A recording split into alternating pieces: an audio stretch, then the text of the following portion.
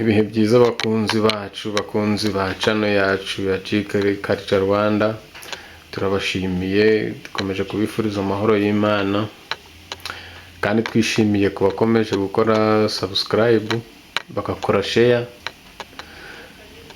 Imana ikomeze ubahe umugisha, mukomeze muduhe subscribe kugira ngo dutere imbere, dukomeze tugire na courage yo kubagezaho ibindi byinshi byabagirira akamaro, cyane ko n'umutima ubuzima ubukenewe. Ntabwo umuntu agira ubuzima bwiza butagira indwara nk'undi.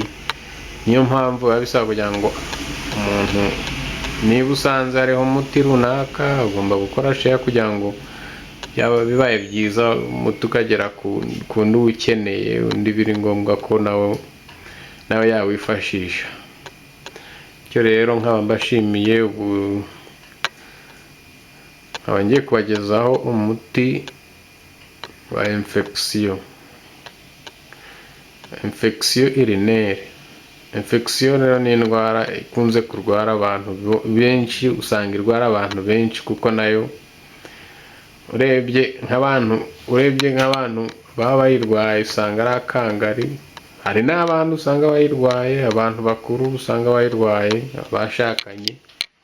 Rimwe na rimwe usanga umuntu yarabuze ubushake kubera ko ari infection yarwaye. Ugasanga bose, haba umugore ntacyumva ashaka umugabo, haba umugabo ntakifuza umugore. Ugasanga muri rusange ni bya bintu bavuga ngo uruvire rwararyamye. Ugasanga rwararyamye kubera ko ashobora kuba yararwaye infection zaramurembeje. Rimwe na rimwe ugasanga ntabwo umubiri nta bushake kigira, ntabyo akiyumvamo. Mukabana nk'abantu basanzwe, nk'abantu bagiye gupagasa bakodesheje mu nzu imwe. Usanga rimwe na rimwe binabateye no gucana inyuma. Umugabo ati ngewe umugore igihe mwifuje nta gahunda, nta courage bafite, ntabyo abashaka. Cyangwa se umugore nawe igihe yifuje umugabo, ugasanga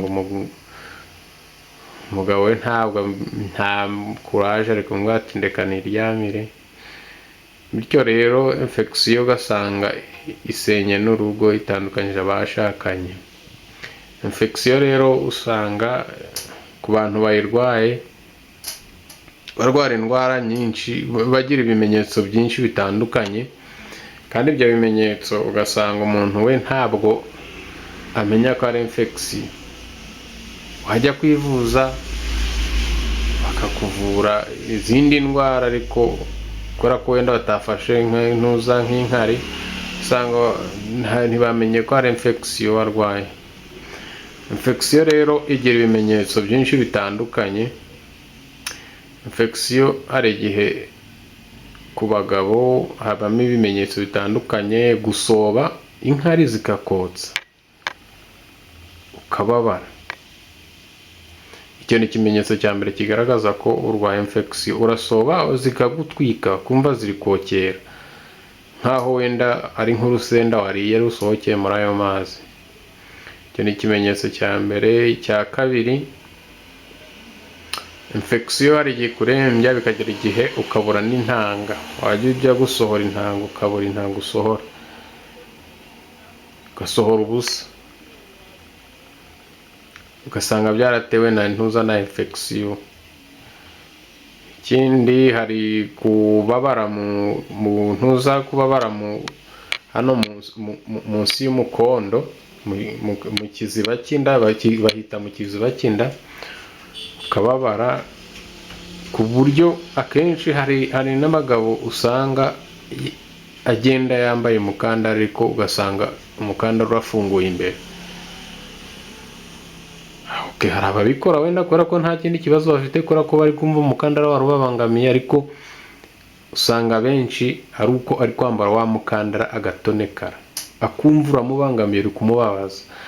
Icyo gihe rero ni infection iba yaramurembeje. Akenyera umukandara ukamubabaza, cyangwa akenyera ipantaro imufashe ikamurya, akumva uramubangamiye.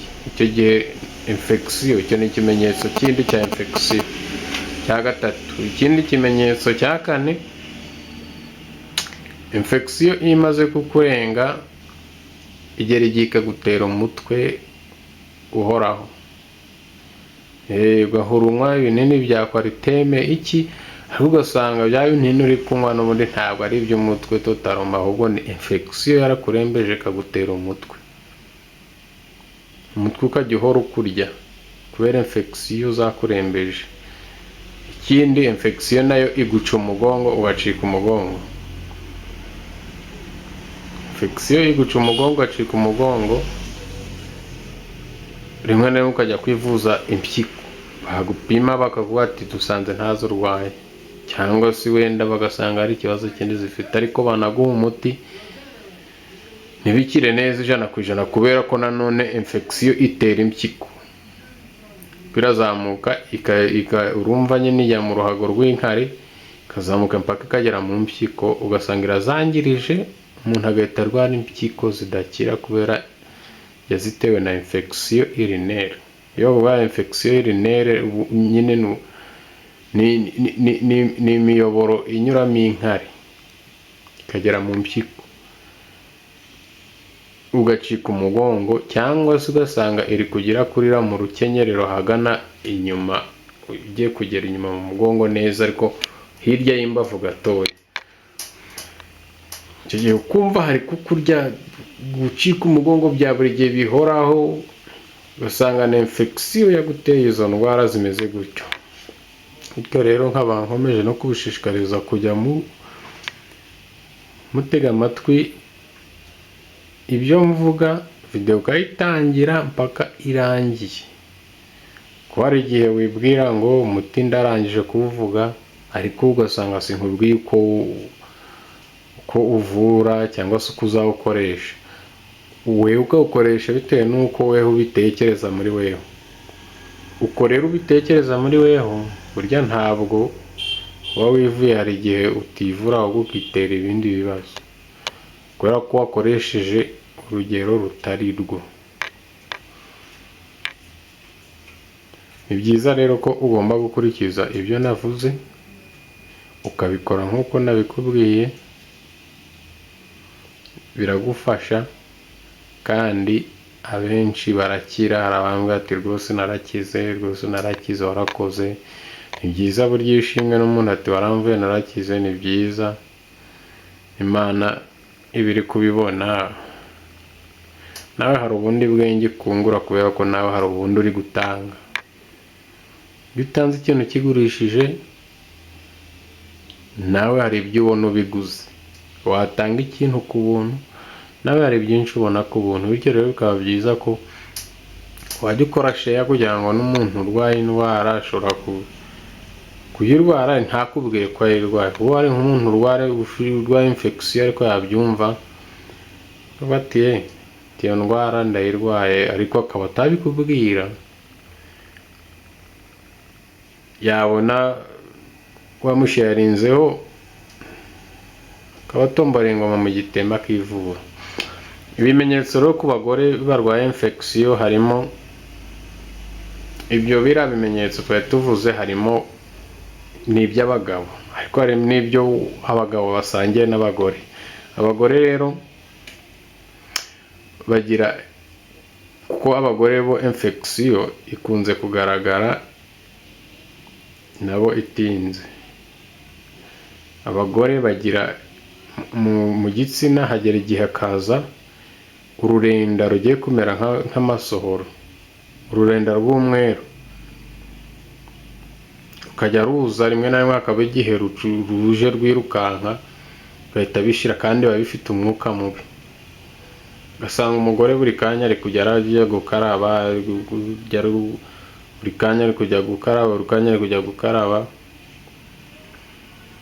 agahindura n'imyanya y'imbere, yombi imyenda y'imbere. Yaba atabikoze ukumva umugore afite umwuka mubi, kandi mu by'ukuri ntako atagize, yakarabye ntako atagize. Icyo ni ikimenyetso cya mbere cyo kuzana urwo rurenda rw'umweru mu gitsina. Hakaba n'igihe rutakiri umweru, rugiye kuba umweru, niba ari umweru w'ikijuju, niba ari umweru ugiye gusa, ugiye kwivangamo igitaka ukuntu, mbese umweru wahindutse. icyo gihe uba uri kuremba cyane, kandi infection ishobora kugutera n'ubugumba. Intanga yose igezemo igapfa, infection. Ikindi harimo nko kuba imihango yawe yahindagurika ku bagore, igihe cy'ukwezi kugahindagurika, niba yajyagamo igihe runaka buri gihe bikagenda bihindagurika, ntibibe igihe gihoraho. Icyo gihe icyo ni ikindi kimenyetso, usibye ko cyo ntabwo bamwe bajya bamenya ko ariyo mpamvu, hari abatajya bamenya ko ariyo mpamvu. Ikindi kimenyetso, iyo imaze kumurembya atangira kujya yishima mu gitsina, akishima mu myanya y'ibanga, akishima cyane ku buryo rimwe na rimwe no kwihanganira mu bantu aba atabishoboye, kuko aba ari kumva ari kuryohera cyane yahashima. Ibindi bimenyetso ni ibyo ngibyo byo kuba nawe yababara mu ruhago, no kuba yagira umutwe ukunda kumurya, no gucika umugongo. Ibyo ni ibimenyetso, ibyo bimenyetso byo babihuje n'abagabo. Bityo rero umuti uhari n'umwe. Umuti wa mbere ni karoti. Buriya karoti ivura ibintu byinshi. Karoti ivura ibintu byinshi cyane pe, byinshi cyane. Umuti uvura infection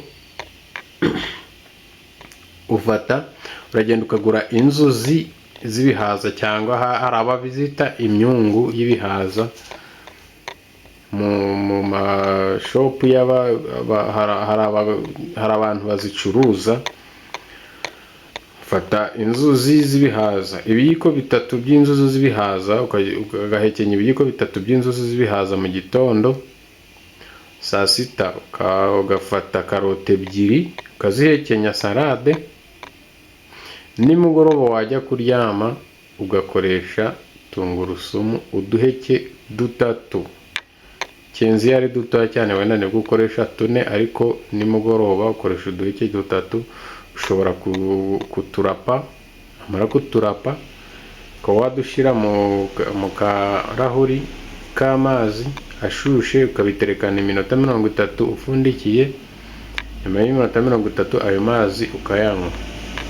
Ariko kirazira kuba wakoresha tungurusumu ku bagore uri mu mihango. Icyo gihe uwo muti ugomba kutangira ko wavuye mu mihango. Ibyo ubikora iminsi 3 mu cyumweru, ukabikora mu byumweru 3. Icyo gihe infection irakira. Kandi nko ku bagore baba bararembejwe nayo, byaba byiza ko ashobora gufata amazi arimo time,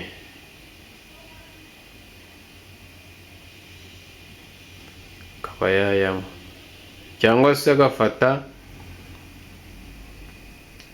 amazi arimo romari, afashe amazi arimo romari akayashyira mu mazi, akayateka mu mazi menshi, y'amazi akayashyira mu ibase, akayicaramo iminota 30. Ayo mazi akaba ari akazuyaze, amazi akaba ari gukora ku karomba, ageze ku karomba cyangwa ku ruhago. Ayo mazi biba ari sawa, akabikora buri uko ari gukoresha uwo muti, akaba ari nako abikora. Kandi ayo mazi ashobora no gufata iyo romari, yarangiza akajya yishyira romari ni te, bamwe bayita romari cyangwa te, akayishyira mu mazi, bakayiteka mu mazi mu gitondo, bakajya bayinywa nk'icyayi. Amazi bashizemo te bakayanywamo mu gitondo nk'icyayi, ikirahuri kimwe. Ibyo rero iyo ubikoze gutyo nk'uko nabibabwiye, iminsi 3 mu cyumweru, mukabikora ibyumweru 3, murakira. Uwo ni wo muti wa infection. Kandi ndabashimiye, mukomeze mukore subscribe, mukore like na share, kugira ngo dukomeze dutere imbere, tugire courage yo gukora n'ibindi.